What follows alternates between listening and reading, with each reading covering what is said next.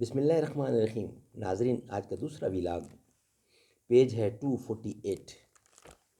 ناظرین، قرآن کریم کا ترجمہ، تشریح اور تفسیر کتاب کا نام ہے معارف القرآن، جلد اول، سورۃ الفاتح سے لے کر سورۃ البقرہ تک، پارہ اول سے پارہ تیسرا، رکوع 8واں۔ حضرت مولانا مفتی محمد شفیع صاحب رحمۃ اللہ، مفتی اعظم پاکستان۔ بسم اللہ الرحمن الرحیم، الحمد للہ وکفا والسلام علی عبادہ الذین اصطفیٰ۔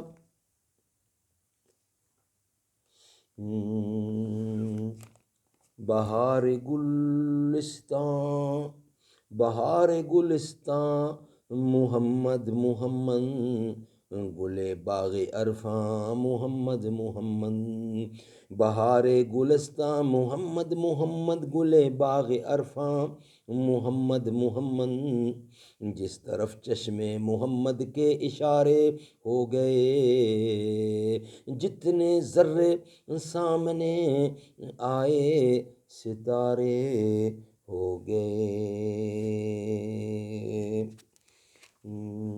ناظرین، آپ کے سامنے ہم پیش کر رہے ہیں ویلاگ نمبر 2۔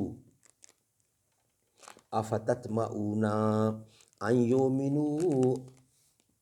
یؤمنوا لکم وقد کان فریق منہم یسمعون کلام اللہ ثم یحرفونہ من بعد ما عقلوہ وہم یعلمون۔ اب کیا تم اے مسلمانوں توقع رکھتے ہو کہ وہ مانے تمہاری بات؟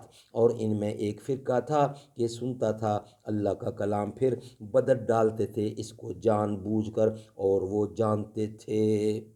خلاصہ تفسیر، مسلمان یہودیوں کو مومن بنانے کی جو کوشش کر رہے تھے اور اس میں کلفت اٹھاتے تھے، تو یہود کے حالات، تو واقعات بسا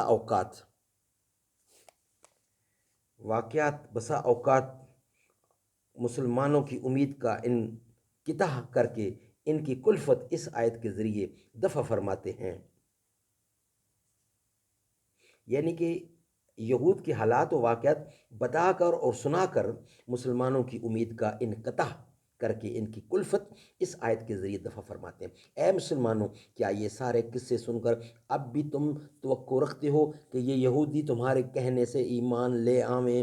حالانکہ ان سب مذکورہ قصوں سے بڑھ کر ایک اور بات بھی ان سے ہو چکی ہے کہ ان میں کچھ لوگ ایسے گزرے ہیں کہ اللہ تعالیٰ کا کلام سنتے تھے اور پھر اس کو کچھ کا کچھ کر ڈالتے تھے، اور اس کو سمجھنے کے بعد ایسا کرتے، اور لطف یہ کہ یہ بھی جانتے تھے کہ ہم برا کر رہے ہیں، محض اغراض نفسانیہ اس کارروائی کا باعث ہوتی۔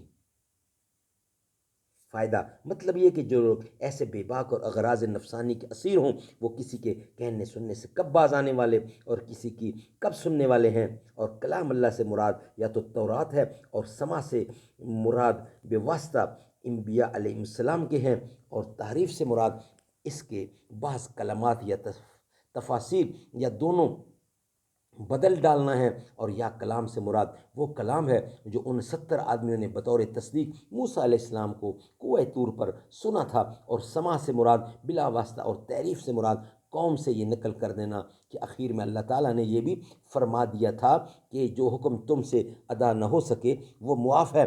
امور مذکورہ بالا میں سے کسی امر کا صد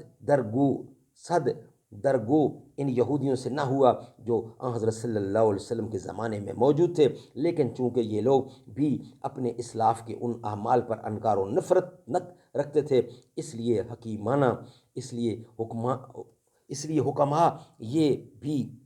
حکماء یہ بھی ویسے ہی ہوئے۔ اللہ تعالیٰ سمجھ بوجھ دے۔ 2 ویلاگ ختم ہوئے، انشاءاللہ تیسرے ویلاگ کے ساتھ آپ سے ملاقات ہوگی۔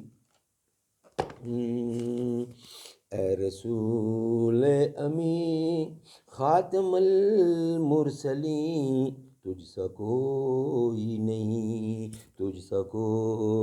نہیں، تیرا سکہ رواں کل جہاں میں ہوا، اس زمین میں ہوا، آسمان میں ہوا، کیا عرب کیا عجم سب ہے زیر نگیں تجھ سا کوئی نہیں، تجھ سا کوئی نہیں، تیرے انداز میں وسعتیں فرش کی، تیری پرواز میں رفتیں عرش کی، تیرے انفاس میں خلد کی یاسمین، تجھ سا کوئی نہیں، تجھ سا کوئی نہیں، اے رسول امی خاتم المرسلین۔